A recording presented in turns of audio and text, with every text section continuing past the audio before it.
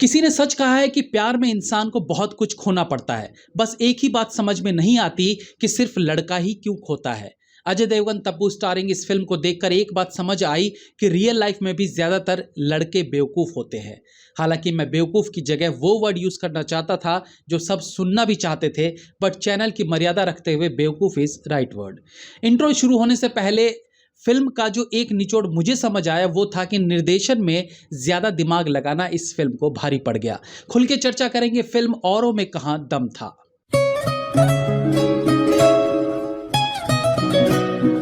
अगर जो आप फिल्म देखने का प्लान बना रहे हैं तो आप पहले फिल्म देख लो, क्योंकि इस वीडियो में आपको स्पॉयलर्स मिलेंगे। हालांकि फिल्म का असली सस्पेंस मैंने नहीं बताया है, बट स्टिल इस रिव्यू में काफी कुछ स्टोरी पर से पर्दा उठ जाएगा। तो आप पहले डिसाइड कीजिए तभी वीडियो को आगे देखिए। ऐसा नहीं है कि ये बहुत बुरी फिल्म है, जैसा कि मैं सुबह से सुन रहा हूं, पढ़ रहा हूं।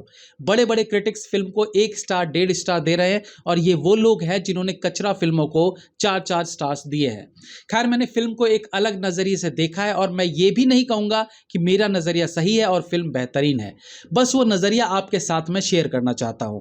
कहानी है कृष्णा, वासु और अभिजीत की। तीनों नामों का मतलब भगवान श्री कृष्ण ही है। वो पहले के टाइम में माँ बाप अपने बच्चों के नाम मिलते जुलते रखते थे ना, जैसे बेटा दीपक तो बेटी ज्योति, बेटा आकाश तो बेटी चांदनी।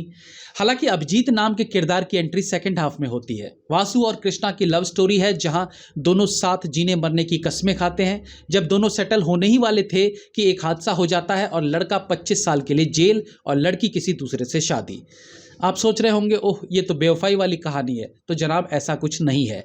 फिल्म का लो बजट था, इसलिए फिल्म से लोगों को उम्मीदें कम थी।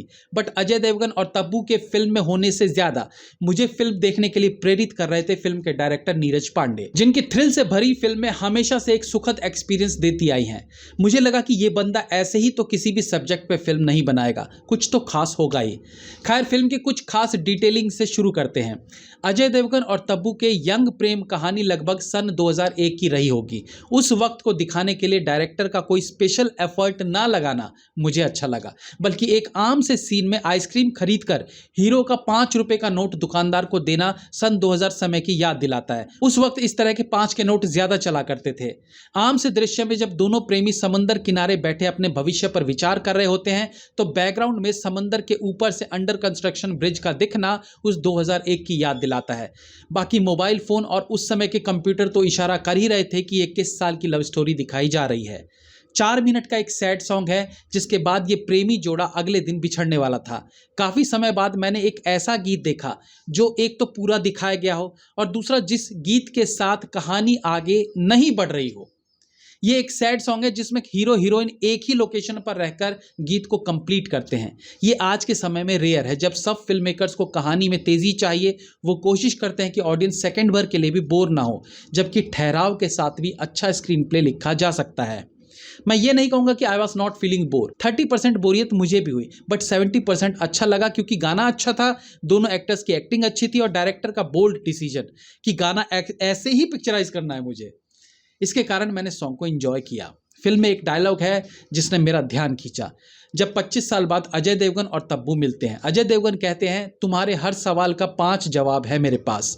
मुझे नहीं लगता कि आपको इस लाइन में कुछ गलत लगा हो, बट मुझे फील हुआ कि ये लाइन अगर ऐसे बोली जाती कि तुम्हारे हर सवाल के 5 जवाब है मेरे पास, तो ज्यादा बेहतर होता। अब हर सवाल का 5 जवाब और हर सवाल के 5 जवाब, दोनों में फर्क है। फिर दिमाग लगाया कि फिल्म का हीरो झारखंड से था, और बिहार झारखंड के लोग जितने साल बाहर रह लें, उनके एक्सेंट में कभी ना कभी आपको फील हो जाएगा कि वो बिहार से हैं। और इस तरह की लाइंस में के की जगह का बोलना बिहारी होने का इशारा करती है।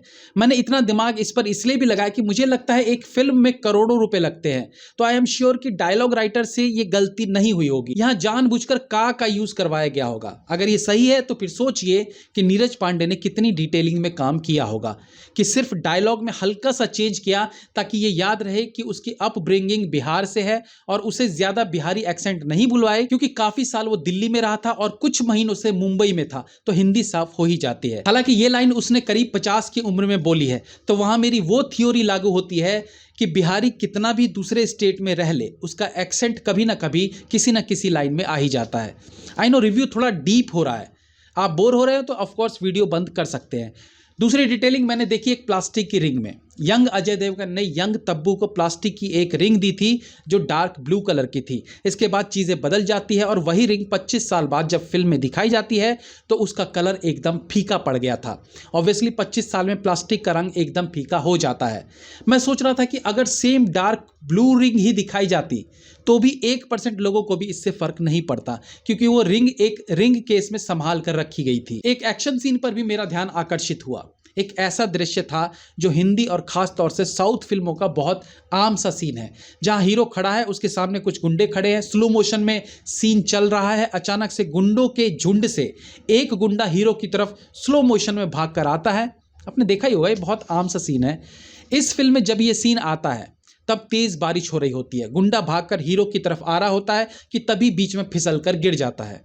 वो फिर उठता है और फिर अजय देवगन पर वार करता है एंड ऑब्वियसली अजय देवगन उसे मारता है। आपने कभी ऐसा देखा है कि इस तरह के एक्शन सीन में जब थ्रिल की मात्रा बढ़ने को हो तभी विलन रास्ते में ही गिर जाए? और हाँ, ये दृश्य कहीं से भी कॉमेडी सीन भी नहीं था कि चलो गुंडा गिर गया तो हंसी आ जाए। एक्शन थ्रिलर सीन में ये कुछ अलग दिखाया गया। ऑब्वियसली डायरेक्टर उस मिथ को तोड़ना चाह रहे होंगे कि फिल्म में अब सब कुछ परफेक्ट क्यों दिखाया जाए। बारिश हो रही है, विलन गुस्से में है, स्लो मोशन में हीरो की तरफ बढ़ रहा है तो वो गिर भी सकता है, जरूरी नहीं कि हीरो तक वो ठीक ठाक पहुंच जाए बिना फिसले हुए। तो आई गेस कुछ अलग करके दिखाने के मकसद से ही इस तरह से इस सीन को शूट किया गया होगा। एक दृश्य है जब तब्बू अजय को घर के बाहर छोड़ने जाती है और टेरेस से उसका पति उसे देख रहा होता है। सीन को दो लोगों के पॉइंट ऑफ व्यू से फिल्माया गया है। पहले तब्बू के हस्बैंड जिमी शेरगिल के नज़रिए से, जहां वो देखता है कि जाते समय तब्बू अजय देवगन के गले लगती है, बट अजय देवगन का हाथ नीचे ही रहता है, वो उसको गले नहीं लगाता है। इसी सीन को तब्बू के पॉइंट ऑफ व्यू से जब दिखाया जाता है तो तब्बू जब अजय देवगन के गले लगती है तो अजय देवगन का हाथ उसके कंधे तक आ जाता है और अजय देवगन कहता भी है कि ऊपर तुम्हारा पति देख रहा है, जिस पर तब्बू कहती है जानती हूं। आई थिंक यहाँ थोड़ी सी गलती डायरेक्टर की है या इसे एडिटर की भी गलती कह सकते हैं। मे बी उस सीन में सही शॉट इस्तेमाल ना किया हो एडिटर ने। फाइनली फिल्म के उस दृश्य पर बात करेंगे जिस पर फिल्म बेस्ड है। ऑफ कोर्स फिल्म को बहुत अलग तरीके से प्रेजेंट किया गया है। फिल्म में एक दृश्य है जहां यंग अजय देवगन यंग तब्बू को उसके चौल के बाहर छोड़ता है। दोनों में तय होता है कि कोई देख न ले, इसलिए पहले लड़की जाएगी, उसके 5 मिनट के बाद लड़का पीछे से जाएगा। इस दृश्य को फिल्म में कम से कम 7-8 बार दिखाया गया है और हर बार अलग अलग तरीके से। पहली बार जब ये दृश्य आता है तो उसमें दिखाया जाता है कि लड़की जब चौल की ओर बढ़ रही होती है तो 3 लड़के उसका मुंह दबा के उसे एक बड़े गोडाउन में खींच लेते हैं, उससे जबरदस्ती करते हैं, लेकिन फिर वो उनसे छूटती है और गोडाउन का बड़ा सा दरवाजा खोलने की कोशिश करती है। उस दरवाजे को खोलने की आवाज से कुछ दूर पर खड़े उसके बॉयफ्रेंड को आवाज सुनाई देती है और वो उसे बचाने भागता है। इस दृश्य को जब एक बार और दिखाया गया तो इस बार जब लड़की का मुंह दबा के लड़के उसे गोडाउन में ले जाते हैं और एक गुंडा दरवाजा बंद करता है तो उसी दरवाजे बंद करने की आवाज को सुनकर हीरो लड़की को बचाने के लिए भागता है। एक बार और जब यह दृश्य दिखाया जाता है तब उसमें जब लड़का आवाज सुनकर गोडाउन की तरफ भागता है तो बीच में वो एक गली की तरफ देखता है, उसके बाद गोडाउन में जाता है। मतलब हर बार इस दृश्य में कुछ ना कुछ अलग देखने को मिलता है।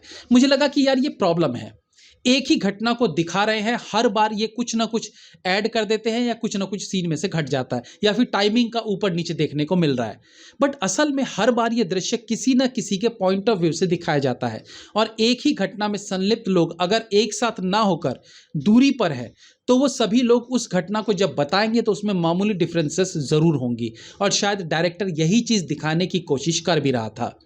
कुछ वन टेक शॉट्स में कैमरा मूवमेंट अलग फील होता है, हालांकि इतना इफेक्टिव नहीं लगता। तो ये सभी बातें जो मैंने फिल्म के लिए बताई हैं वो डायरेक्टर की अलग सोच को तो दर्शाती है, बट हर बार डिफरेंट करके दिखाना हर बार इफेक्टिव भी हो जाए ये ज़रूरी नहीं है। आपने कुछ नया किया बट वो नया लोगों को अच्छा भी तो लगना चाहिए। आम पब्लिक अपने पैसों से फिल्म को सिर्फ इंजॉय करने आती है और इंजॉयमेंट इमोशनल सीन्स में है, एक्शन सीन्स में है, बट ओवरऑल पूरी फिल्म के दौरान वो नहीं रह पाता है। फिल्म कई जगह टायर्ड सी फील कराती है, लगता है मानो समय थम सा गया हो। कुछ ऐसे सीन्स हैं जो ऑडियंस को पहले से पता रहता है कि इस सीन में एक्चुअली क्या बात होने वाली है, स्टिल उस सीन पर 3-4 मिनट खर्च करना कोई समझदारी नहीं है। फॉर एग्जाम्पल वो सीन जब यंग अजय देवगन से मिलने यंग तब्बू जेल में आती है और दोनों में क्या बात होने वाली थी वो पहले से ऑडियंस को पता रहता है। मैं भी बहुत देर से यंग अजय देवगन और यंग तब्बू कह रहा हूँ, जबकि इस यंग वाले किरदार को निभाने वाले एक्टर का काम बेहतरीन है। इनका नाम है शांतनु महेश्वरी। लड़का टैलेंटेड है, सही प्रोजेक्ट्स मिल गए तो फ्यूचर ब्राइट है। साई मंजरेकर का काम ठीक है, हालांकि और ट्रेंड एक्ट्रेस इस किरदार में और फील ला सकती थी। अजय देवगन इंटेंस रोल के बादशाह है, उनका काम अच्छा है। तब्बू तो तब्बू है, बेहतरीन। जिमी शेरगिल छोटे रोल में अच्छे लगे हैं। प्रॉब्लम है फिल्म का स्क्रीन प्ले और जिस अनूठे तरीके से फिल्म को परोसा गया है, उस परोसने में स्वाद कहीं खो गया है। और खाने में स्वाद ही ना हो तो फिर उसे आप कितने भी मसालों के साथ पकाएं, कितने भी अच्छे बर्तनों में सजाएं, एक निवाला लेते ही वो अपना चार्म खो देता है। एक फिल्म लवर होने के नाते मुझे ये फिल्म पसंद आई, बट मैं ये बात सभी के लिए नहीं कह सकता कि आपको भी ये फिल्म उतनी ही पसंद आ सकती है। मेरी तरफ से फिल्म को 2.5 stars. Have a nice day.